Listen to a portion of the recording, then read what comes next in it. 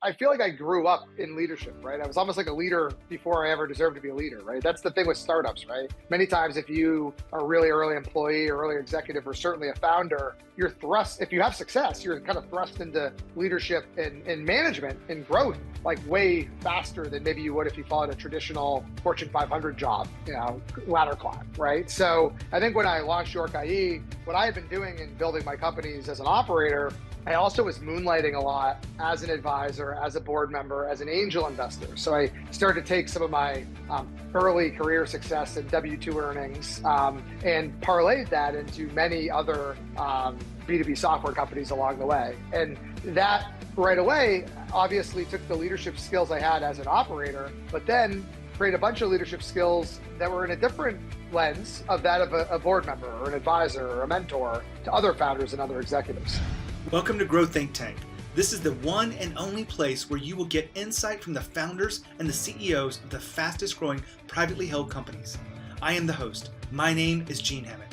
I help leaders and their teams navigate the defining moments of their growth. Are you ready to grow? Today we talk about redefining startup growth.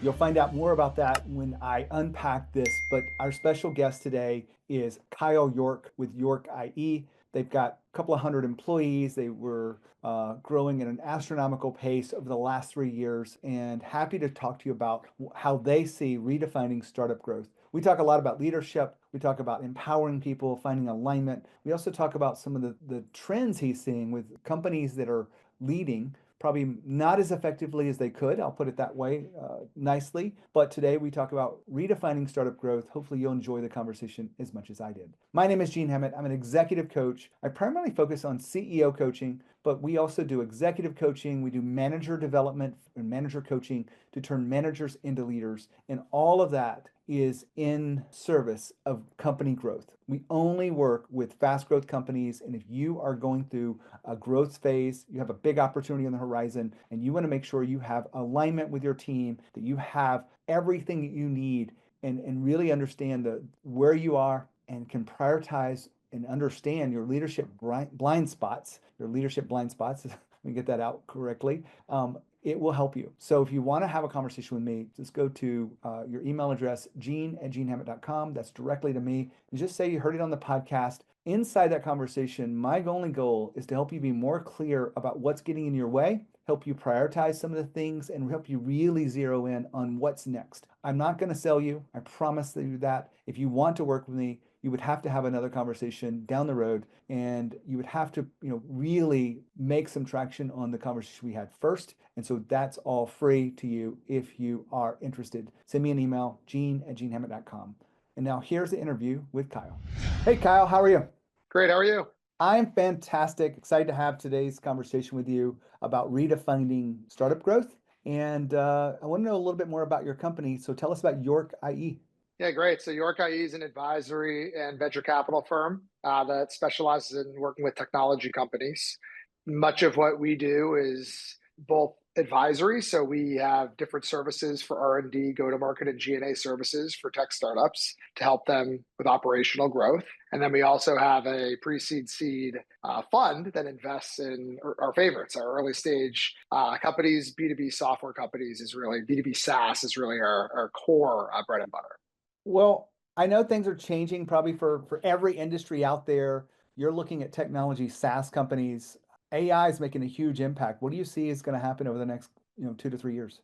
Yeah, it's interesting. I mean, a lot of my career has been historically in deeper infrastructure and cybersecurity. I had an operational career before I launched this firm about 5 years ago. And so, I historically would come at everything from like the infrastructure, right? And the like deep technology. So in the instance of AI, you look at like the infrastructure behind large language models and the actual large language models themselves, right? And that's like kind of like the thing that not everyone always talks about, right? But it's definitely the most technical and the most complicated. And what you're starting to see in AI is that sort of AI is disrupting sort of every industry, both in the innovations that are happening in software in those industries, but also the efficiencies that are being created by talent who leverages AI to do their jobs well, right? So it's a unique world. We being specialists in B2B SaaS work both downstack, as I mentioned, infrastructure, cyber, but we do a lot in vertical industry software, right? And I find AI to be an interesting thing in some of these industries because many of them haven't even really been disrupted with software yet, let alone AI inside software platforms, right? So it's great to be bleeding edge and ahead of the trends on leveraging AI into your technology, but not every industry is also ready for it. So finding that balance and bringing those companies to market is something that we focus deeply on with our portfolio. Well, Kyle, we're going to have a great conversation today about your leadership style, your principles that guide your company. Just kind of look at the numbers. A couple of hundred employees. You've got a lot of them in India, some of them in US, but you also have grown tremendously over the last 3 years, almost 500% growth rate in the last 3 years. And what is the leadership principles that really guide your success? Yeah, so when we set up to build this business, it was on the backs of our operational careers building our own companies. And I happen to have a lot of early career success quite young, where I worked with coaches like yourself, and I got a lot of help and mentorship and collaboration because my last company, Dine, we built up and sold to Oracle. It was in my mid-20s to mid-30s, right? And as I was building up that company and as a leader, I was this company's chief revenue officer. We were growing and growing and growing our teams globally and also growing our client base globally. And I sort of looked at business as a way to make as big of an impact possible on the world, right? And through that company, it was deep infrastructure technology. Through York IE, it was a company that would create a one-stop resource and capital partner for the private technology world, right? So leadership style is very much around setting a big vision, aligning on a core mission day to day, building teams of complementary parts who are marching towards that North Star vision and mission, and enabling people to do their jobs in a offering or a technology that is well defined and has clear value and ROI to it, right? And making sure that every employee, no matter if they're in India or they're here in New Hampshire at our headquarters, knows their role in helping us achieve our goal of reshaping the way startups are built, scaled, and monetized. And also knowing that that's as vision can be a mirage, right? Vision can be something that you never fully attain, but you can work every single day to make steps towards it. When you set out to do this, you had some background in business before. Did you have to redefine your leadership principles to start your own business in this area, or did you kind of have something to model it from? Yeah, it's a great question. I feel like I grew up in leadership, right? I was almost like a leader before I ever deserved to be a leader, right? That's the thing with startups, right? Many times, if you are a really early employee or early executive, or certainly a founder, you're thrust, if you have success, you're kind of thrust into leadership and management and growth, like way faster than maybe you would if you followed a traditional Fortune 500 job, ladder climb, right? So I think when I launched York IE, what I had been doing in building my companies as an operator, I also was moonlighting a lot as an advisor, as a board member, as an angel investor. So I started to take some of my early career success and W-2 earnings and parlayed that into many other B2B software companies along the way. And that right away obviously took the leadership skills I had as an operator, but then create a bunch of leadership skills that were in a different lens of that of a board member or an advisor or a mentor to other founders and other executives. And the idea of this company, York IE, was to create like a McKinsey or a Bain for private companies, because no one's going to call McKinsey or Accenture or KPMG or Bain if you're a brand new startup. That's why so many independent consultants and boutique firms or agencies or dev shops work with that world. But I wanted to create a more one-stop integrated hub. And I also didn't want to retire as an operator, if that makes sense, right? I still wanted to build something and scale something. I just happened to build a startup purpose-built to help other startups in doing that. So I think a lot of it was that combination, Gene, and the day-to-day leadership learnings and lessons on my rise in a startup, and then the sort of moonlight parlay of that into a bunch of other companies. It gave me a really good foundation for this company and this vision, because it's like what I was kind of already doing. I just was able to deploy it now full time, all the time, into something that I thought was a more scalable, replicable model. Kyle, in describing that, you talked about alignment a few times, and I'm just curious, how do you create alignment with these smart, talented people that you bring on board to see your mission and vision and make it come alive?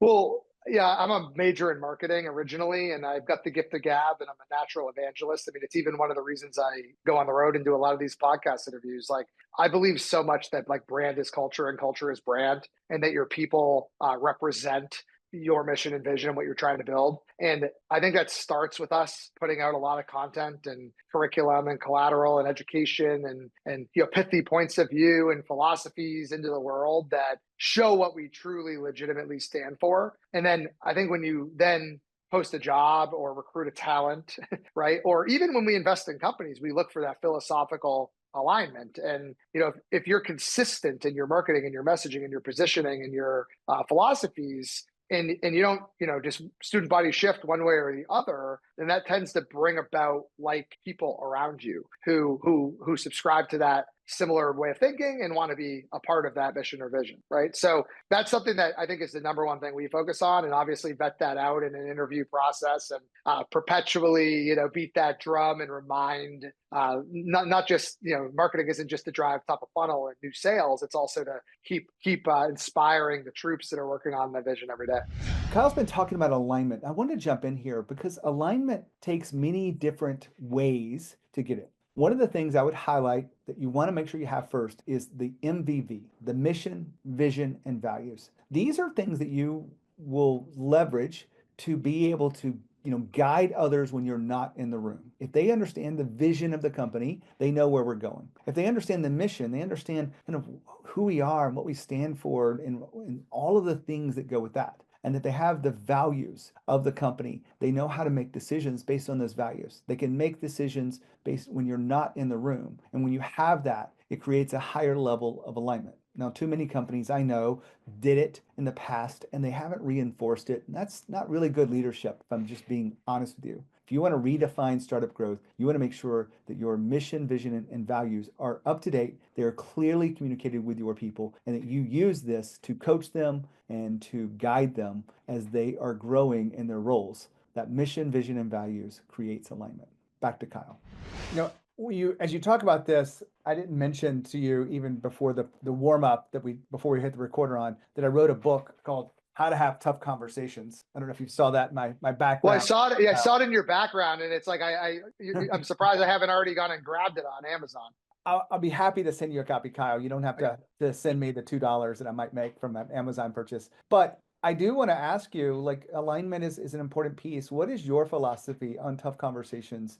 Yeah, I mean, I think it's also my philosophy is also spirited in like I grew up in a small family business, and I have built my career in my hometown, and I employ and co-founded and work with many childhood friends and family and friends of friends. And I think it all comes down to like clear, direct, open communication and what I also call aligned incentives, right? And if everybody is again beating to the same tune, right, as we talked about a minute ago, as it relates to brand and culture's brand, but it then is aligned towards missions and goals and KPIs and MBOs, and then you're talking about it all the time and you're clearly communicating, then you can have tough conversations, even if they don't all end well, by the way. Like, there's a lot of people I don't work with anymore that are friends, and I think you try to get ahead of it, right, without anyone hating you, right? Or relationships dying, right? But that all comes down to me to like clear, open, transparent dialogue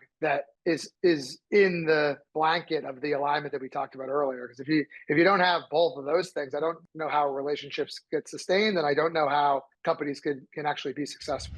Kyle's talking about tough conversations. I think I asked the question, but I want to use this as a moment. If you haven't already picked up the book, How to Have Tough Conversations, now is your time. If you want to be a better leader, if you have any people problems or you expect to have them in the future, you want to grab a copy of this book, you want to read it on your next plane flight. It's only about 140 pages, but it's very tactical and actionable for you to be a more effective communicator when you ever have a people problem and you have a tough conversation on the horizon. As leaders, these things don't go away. You have to embrace it. Why not get really good at it and use this book and let me know how it's going? You can find the book wherever you buy books online, Amazon or Barnes and Noble, but you can actually, if you really want to get it for free, send me an email, gene@genehammett.com, and I will send you a PDF version of the book for free. Might be a little bit of a pain in the butt to read it, but I'll send you the worksheets that go with it. Just send me the email saying you heard it on the podcast, and happy to do that for you. Talk to you soon. Back to Kyle. I want to switch gears. We're here talking about redefining startup growth. You probably come in contact with a lot of different companies, some that you partner with, some that you decide not to partner with. I don't need to know names, but what are the trends that's kind of worrying you about leadership in those companies that you don't feel like are good partners and that you end up choosing someone else? Yeah, so we have like kind of two lanes of relationship, which I think is important to just explain. So we have a very large, hundreds of thousands of person community of startup founders and executives that we market to and subscribe to newsletters and follow us on social, all the like, right? And from that drives around 10,000 inbounds that say to us, hey, we're looking to raise capital, or we want to talk to you guys about partnering or helping us with marketing or sales or what have you, right? And so we basically end up with a couple different funnels. One is the investment funnel, and one is the services funnel, where we're going to sell them services, a subscription to our platform. What's really, really interesting is I think the most intimate a relationship can be is really that investor to founder relationship. Because what I always tell founders is that when you raise money from outside world, whether that's angel investors or venture capitalists, you're in essence selling a little bit of your company to a new business partner. And when companies are founded or two people decide to get into a business relationship together or a marriage or any relationship, it's a two-way street. And usually there's a lot of debate and discussion. But so often we've been caught up in this like vanity of fundraising at high valuations from anyone they can world, right? And so I think this has just led culturally to a mismatch of philosophy with founders that we might have. Because we believe in pragmatic growth. We believe in raise only the capital you need to get to your next milestones. And the Silicon Valley growth at all costs culture is, you start a company, you raise capital. You get to a milestone, you raise the next round of capital. You get to another milestone, you raise the next round of capital. And we've all seen so many different failed companies just because they've over fundraised or over capitalized or run out of runway or overvalued themselves. These are the things that we look for. So from a leadership perspective, we're looking really for that like steady hand of the wheel on the business building strategy and ensure that our philosophies are aligned on how to build and scale a company pragmatically, thoughtfully, and go from there. The second point, and I just want to be clear on, is we also look for something that we call founder market fit. You hear product market fit talked a lot, especially in technology, but founder market fit is a real thing too. Like Gene, you have a real reason and a lot of great history and experiences that led you to be building your coaching firm, right? And there's great founder market fit of why you did that and why you feel so fulfilled operating your business that you've been operating for so long and doing this podcast with so many guests and being so consistent to that. That's because you have great founder market fit, right? And you have great philosophical alignment with your audience. And that's something that we look for, those two things. I love the detail that you put into that. And the flip side of it, you see companies that look attractive because of the leadership, because of their culture. What are the things that you're able to tune into or measure to determine, is this the right partner for us? Yeah, well, I mean, one of the challenges we have is we go really, really early on the check writing side. So, our companies might be just doing a couple 100,000 of revenue, up to $1 million of revenue, or where it's called a pre-seed or seed stage venture capital firm. And so we're going in that early. There's not like an incredible amount of metrics, right? There's not tons of customers necessarily. You don't necessarily know the retention rates or the expansion sales, or, you don't know. So you have to really kind of like make sure philosophically you're aligned. You obviously have what I talked about, the founder market fit, but then every single time you're looking at the total market opportunity, the landscape, you're looking at the technology, the platform, the vision, you're looking at their, early traction, customer adoption, referenceable accounts, and then you're looking at the core business model and the financials, and you're saying, do I believe in this person, right? And I think it's an interesting dynamic because through all that, you in essence find one thing: is this founder the right person to take on this opportunity, and do I believe all those components I'm talking about. Because again, we're now going to go into marriage together. We're going to be on the cap table. We're going to own a percentage of the company with them. We can't run all these companies. We can create our value platform to help them with services and capability, but we can't step in and be CEO of 100 plus companies, right? So we really need to build that trust and that rapport in that tight window of time. I want to use the rest of our time. I mean, I don't know if we missed something that you wanted to cover as it relates to redefining startup growth.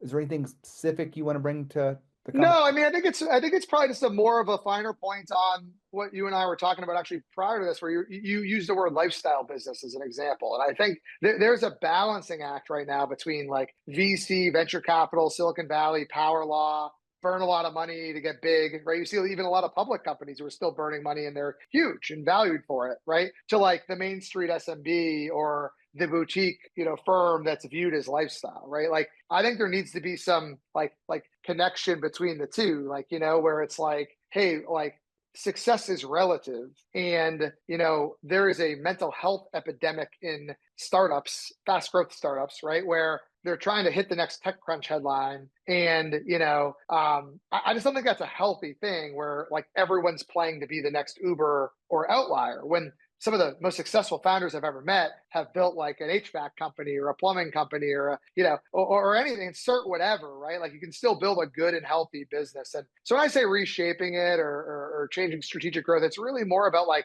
Gene, what type of company do you want to build? And, having a growth plan related to your ambitions and dreams and not what someone else tells you is success, right? And again, some companies might still be unicorns or decacorns, don't get me wrong, right? And need to raise $100 million to do it. But other companies might decide that they want to keep it captive and run something that they really truly enjoy. Well, that's our time here, Kyle. I really appreciate you sharing your wisdom and being a part of the podcast. Thanks so much. Appreciate it. Wow, another incredible interview here on the podcast. Happy to share with you new insights and wisdom to help you take your business to that next level. This has been Redefining Startup Growth, and I really appreciate you being here. If I can help you in any way, make sure you send me an email, gene@genehammett.com. And as always, when you think of growth and you think of leadership, think of Growth Think Tank and lead with courage. Talk to you soon.